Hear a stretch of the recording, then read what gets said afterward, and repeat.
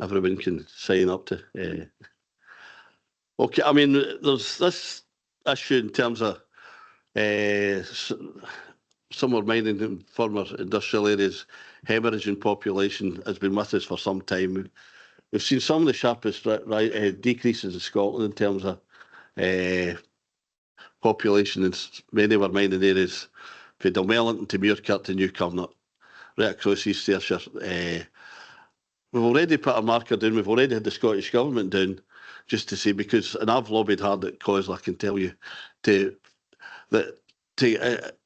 accept the status quo that these areas are just going to dwindle and decline into oblivion is just something, as leader of this council, I'm not prepared to accept. And I'll be 32 members of this council, hopefully, have similar minds. So I think in terms of previous discussion, we've discussed Newcomnott, but the same issues applies to Muirkirk, the same issues applies to Dunmelling and many of our former mining areas that have taken a hit in terms of due to the closure of the mines. We really need to deal with this. We've discussed this at previous councils and at previous cabinets, and as I say, we've got that discussion group, and we've had a wee bit of funding for the government to deal with that.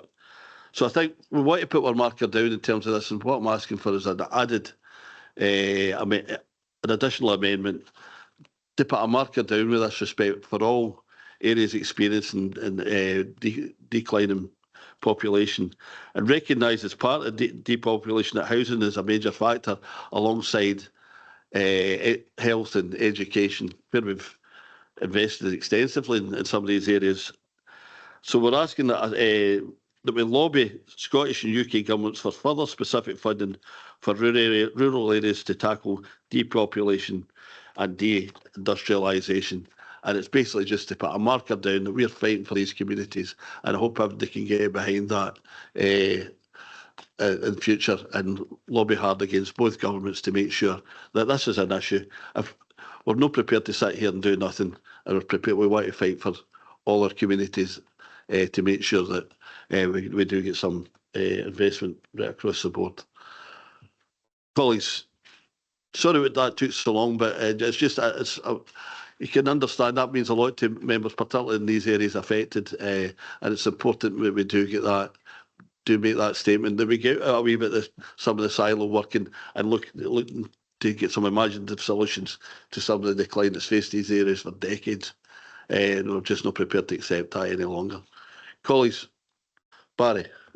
Thank you, Leader. So just on that, I take it then we are approving the SHIP as per the paper, with the added point that we would, as a council, will lobby both the UK and Scottish Government to do anything within their gift to assist us meaningfully to address rural depopulation. Am I right in saying that, Leader? Absolutely. And meanwhile, we're investigating the issue across the board and do that in parallel with other work that we're doing to address population decline. I don't know whether I need to say that or no, but I would take that as read. Members, I don't know, any other comments? Is that okay?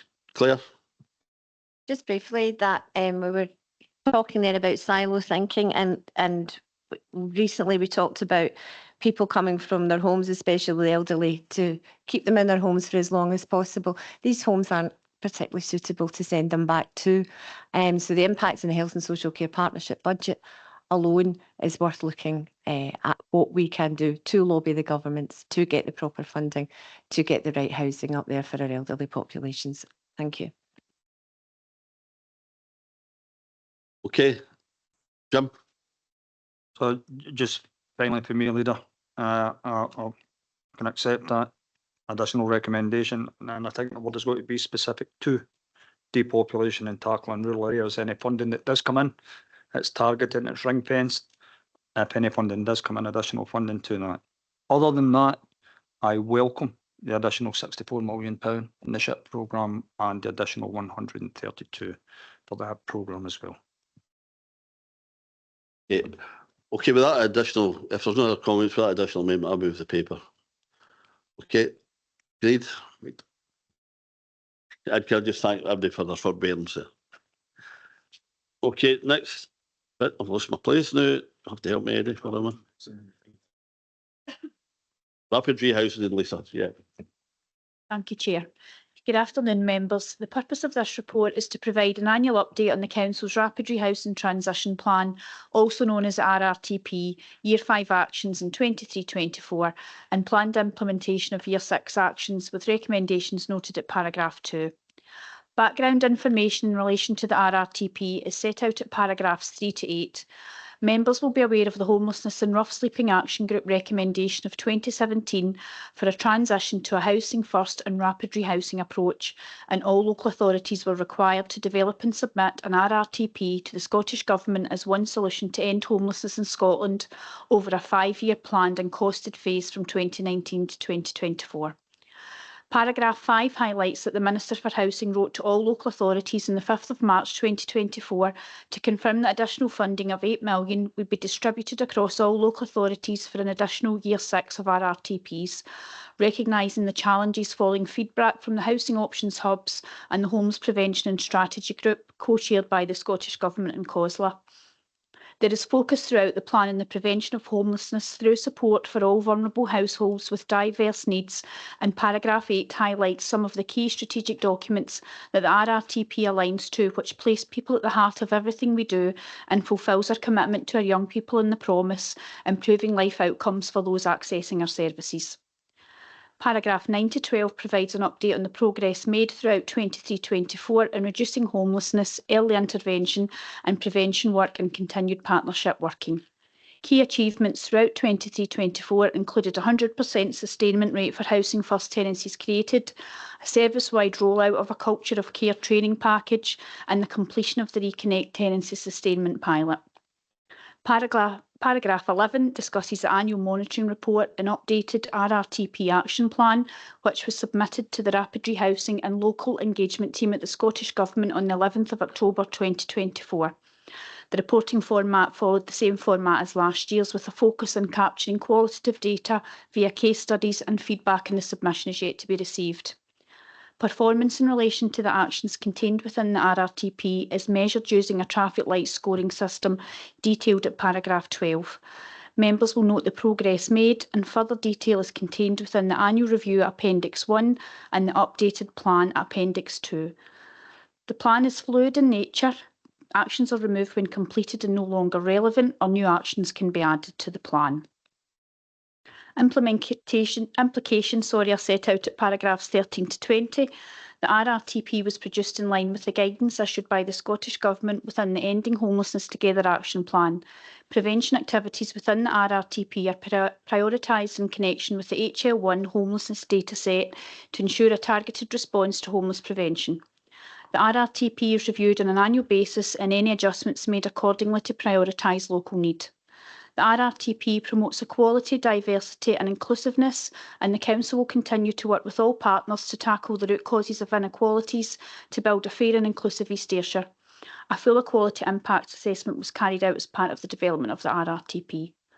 This is the final year of Scottish Government RRTP funding, which ends at the 31st of March 2025 and concludes the 6-year life cycle of the RRTP. Withdrawal of funding beyond this will jeopardise current progress made, with no capacity within housing services to absorb the prevention work streams. To conclude, the RRTP and associated funding created capacity to focus on homeless prevention activities which otherwise may have not been achievable. Whilst ability to fully achieve the ambitions set out within the RRTP has been impacted by the COVID-19 pandemic and cost of living crisis, the RRTP enhanced prevention, early intervention and partnership opportunities to address vulnerabilities and prevent homelessness. Recommendations are noted at paragraph 2, and I'm happy to take any questions. Thank you. Thanks, Lisa. Any comments or questions? Jim? Thanks, Leader. Thanks, Lisa, for the paper. I think the concerning thing for me is around about the funding, the continuation of that funding, the implications of that, and hopefully Scottish Government do come up with that. I mean, the stats are there for everybody to see 100% sustainment around about that housing first model when you put a wraparound service around about the most vulnerable folk in our communities. I know the homelessness statistics are not as bad as in East Ayrshire, but they are nationally. I'm listening to some of the other authorities having to put people into unlicensed places like hotels, HMOs. We don't have that issue, thankfully, in East Ayrshire. We know these statistics nationally are set to grow 30% year on year over the next 2 years. But my hope is, and that RRTP funding is still theirs next year, and it's an addition to what's already been funded. Thanks, Jim. Anyone else? Okay, can we then, thanks for that, Lisa, excellent report. Can we agree the recommendations, paragraph 2? Okay, and the final item for today is the factoring service annual update, and that's with Helen. Helen's very quiet today. Thank you, Chair. Good afternoon, members. The recommendations are set out in paragraph 2 of the report, the details of which are set out in paragraphs 3 to 18. Paragraphs 3 to 7 provide the background and overview of the factoring service. Paragraphs 8 to 11 provide performance information in relation to the factoring service. The factoring service inspects each factored mixed tenure block annually. And paragraph 9 states that the service carried out 217 annual full block inspections in 2023-24. Paragraphs 10 to 11 set out the statutory duties which the Council must undertake as property factor. It is recognised that the current cost of living crisis is affecting all households. It is therefore recommended that the factoring management fee increases from £7 to £8.15 to align with any approved increase in council house rents. As stated in paragraph 7, the homeowner's maintenance plan assists private owners in relation to repairs associated with communal entry door systems and entry lighting. In 2023-24, there was a small deficit in this service. However, on the 22nd of November 2023, Cabinet approved an increase in the cost of the homeowner's maintenance plan of £5, 3p per annum to £24.53 in 25-26, exclusive of VAT. The cost of the homeowner's maintenance plan is reviewed annually. Work continues to encourage homeowners to take out the maintenance plan. This includes targeted communication to all homeowners and private landlords in our factored blocks on the benefits of taking out the plan. Paragraph 17 states that the Property Factors Scotland Act of 2011 is now included in the Council's scheme of delegation. The East Ayrshire Federation of Tenants and Residents work closely with the factoring service, and we are keen for this work to continue, with a scrutiny exercise planned to commence before the end of this financial year.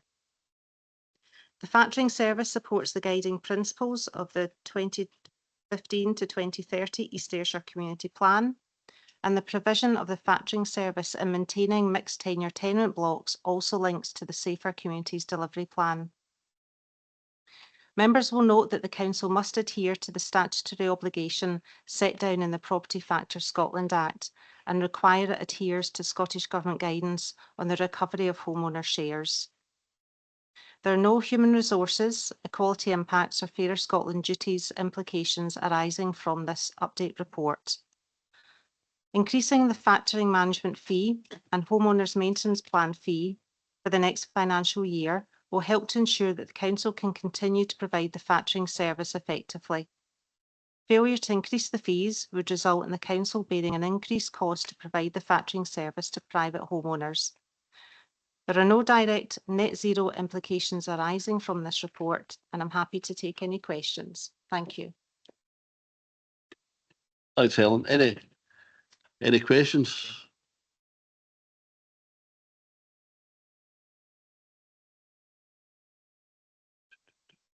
None. Looking off lately, Helen. No, I don't even. I like the graphics in your maintenance plan. It's good. Well, if there's no other questions, just agree recommendations. Right. And I believe that's us. Thank you all for your attendance.